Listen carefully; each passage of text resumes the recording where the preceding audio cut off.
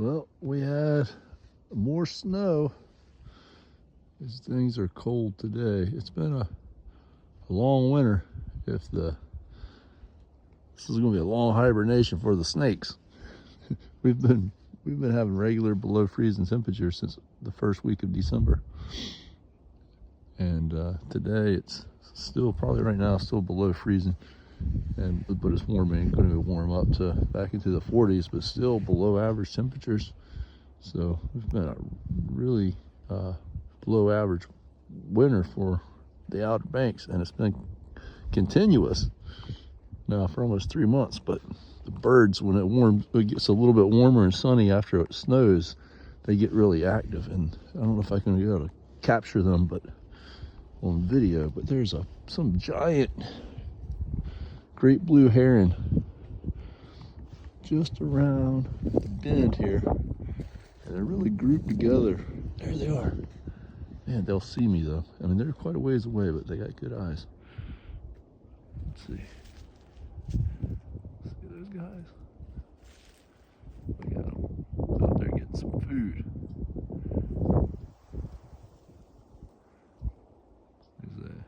It's time to eat. Look at them. You don't usually see that many of them together. There's not even any egrets in there. Or maybe there's one egret? No.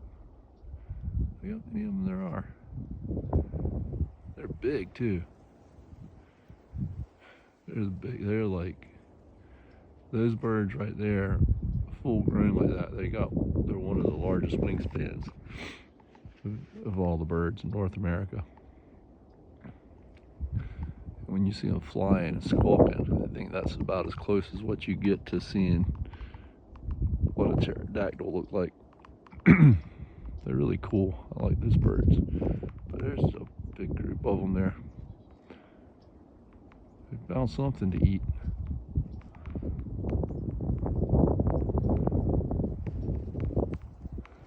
I wish I had better magnification.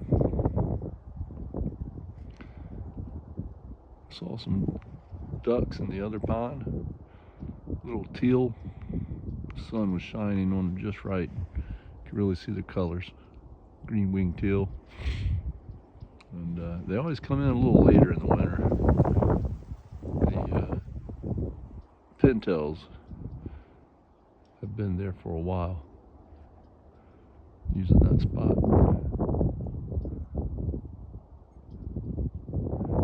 Yep, and it still hadn't any signs of it really warming up. We've only had just a handful of days over the last 3 months that have really been above average. Everything else has been maybe average a few days and then below average. And if we had had more precipitation meet with the really cold days that we had in January, we'd have gotten a lot more snow. But the main thing is we've had 2 decent snows where the snow stayed on the ground for a couple of days, and but we didn't get a lot of. Most of the winter's been these high pressure, clear skies. So we had the potential for a lot more snow as far as it being cold enough. It's been pretty neat though. It's pretty when in the Outer Banks when we have that kind of weather.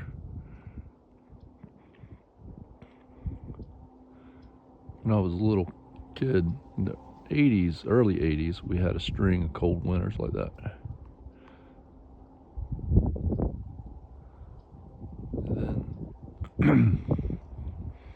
I can remember when, we had a string. It seems to go in cycles. We'll have if you look at the history of the Outer Banks, or just also what's been recorded through the United States, there was back in the time of George Washington and the Founding Fathers, that was a real cold spell. It's part of what there's a name for it. They call it, I think it was called the Little Ice Age or something like that during that period of time.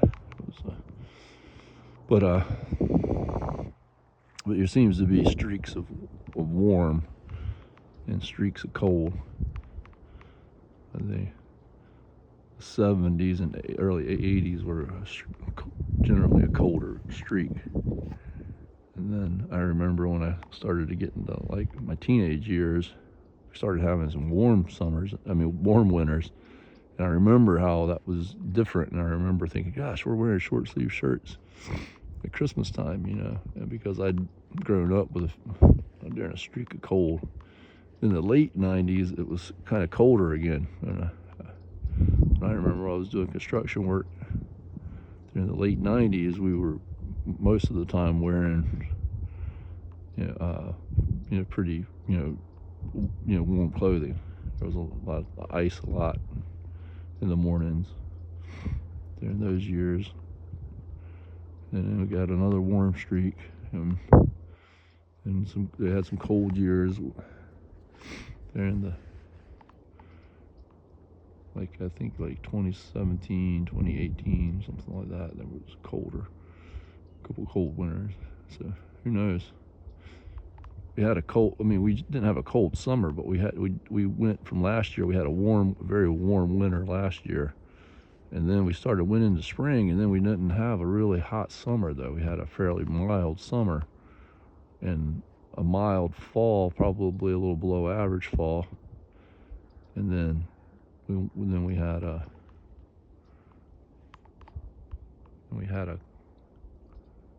started into December, and we've just had a real below average winter. So it'll be interesting too to see if we have those kinds of strong northeasters in the spring, since we're being dominated by Arctic air. Might mean that we get some of those really strong. There's some of those northeasters that they've had have been just as bad as hurricanes. The Ash Wednesday storm, that was a springtime storm. And we had some that I remember too. We had a March storm years ago, back in the 90s, and that was a really bad storm. So kind of will be interesting to see if this colder, dominating air, creates more activity for those types of storms this spring. And then it'll be interesting to see if we fall into more of if it continues through until next winter. There's a duck. I don't have the right glasses on to really see it that well. It's a little bigger. What is that? Can't tell.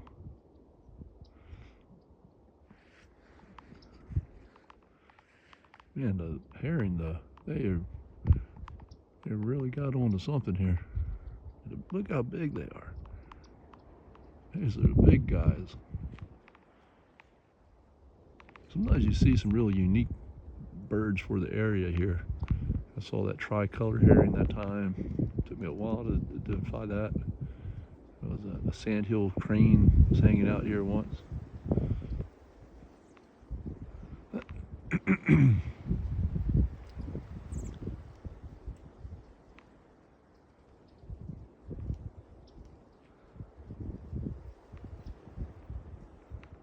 Sometimes you'll see blue-winged teal.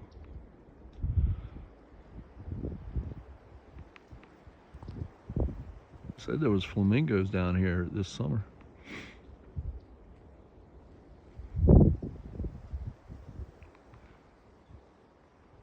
Or I guess you could say up here for flamingos, since they flew up from somewhere down in Florida or in the south. Anyhow, it's just nice to observe nature and to make note of these things wherever it is. They're good. We really document that internally. It just has so much to do with being part of life. Is the weather and the climate and nature. It sort of holds a special place in our minds. And it also involves a lot of our senses. Like right now, my hand holding the phone is cold, and you can feel that, and that's reinforcing the memories, you know. Same thing, I got my hood up, and I've had a cough for several days, so I'm a little under the weather. That adds to the whole experience. I get my hood up, which, you know, kind of makes it a little different. Like the sound coming straight at me is easier to hear than, you know, around the back of me. So that just everything like that. It's also part of being mindful. When you're mindful, you notice these things. You know, it's you notice the smell and the sounds and the feelings, the emotions. It's all part of being mindful. It's really good to teach ourselves to be mindful. You train the brain that way. We teach our brain that. We also teach our brain about time. Time is a very abstract thing, but it's like a dimension, like the space that we move around in. So, you know, it's important to respect time and respect other people's time, because telling somebody to do something, for example, or encouraging somebody to do something that causes them to waste time is sort of like giving them bad directions. Like you wouldn't feel good about telling somebody bad directions to get them lost. You know, it's the same way with time. And so if you're encouraging other people, for example, you know, you would want to encourage them to make good use of time and to try and do things in a timely way. You know, I mean, it's just being a type of respect. But what I mean also is that that's an example of how you should treat yourself. Treat yourself in a way that respects time, because time is ticking away. We don't live forever, at least not in this world. And so you want to create a habit for yourself to understand how you want to use your time. Setting goals and things like that are one good way to do that. But then also in a very practical day-to-day level, learn how to start teaching yourself, because it's a thing that you teach. You teach your mind how to schedule and schedule your day and think ahead about your day and your weeks and your months and your years, so that you use time wisely. If you look at people who accomplish a lot, they tend to be really good at using their time, you know, and being able to take advantage of things in a way that are just a lot of times just little practices or techniques. Like I knew a guy, he's become a successful entrepreneur. I knew his dad, and one of the things his dad taught him, so I remember him saying this, was just move your feet faster, walk faster. And it seems like a really simple thing, but it actually adds up. It adds up if you're doing physical work, especially, you know, or if you live in a city where you walk a lot to places, you know, just walk a little faster. It does add up. It adds up from day to day, you know, and not spending too much time, you know, on some things that are just simple entertainment. It seems that's how people use that, because they use that to make money a lot of times off of people, is they try to replace the feeling that the person gets from doing their own activities with enjoying the activity, the entertainment that they provide. And so it's up to you to manage that, to know how to turn off the TV, you know, or the whatever it is that you're doing, or you know, read just only the right amount of fiction that's in good fiction, quality fiction, and, you know, not overdo it, so that you know, you're spending time also reading and teaching yourself things that are practical and useful, you know, with nonfiction, and learning skills, but then also producing things that are important to you, because when you look back, you know, you want to look at things that you made and things that you did, and, you know, whether you are successful with it in the way that you expect to be successful, or whether it's just a lesson that you learn from it. It's all okay, but you're gonna feel much more happy with your life if you're accomplishing things for yourself, rather than just indulging in things that other people create. So time is very important.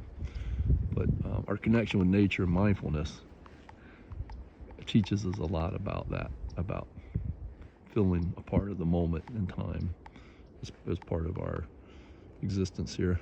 We learn about the world that surrounds us so that we maybe become more connected with it and more respectful of it. I love you. Have a wonderful, wonderful rest of the winter yourself.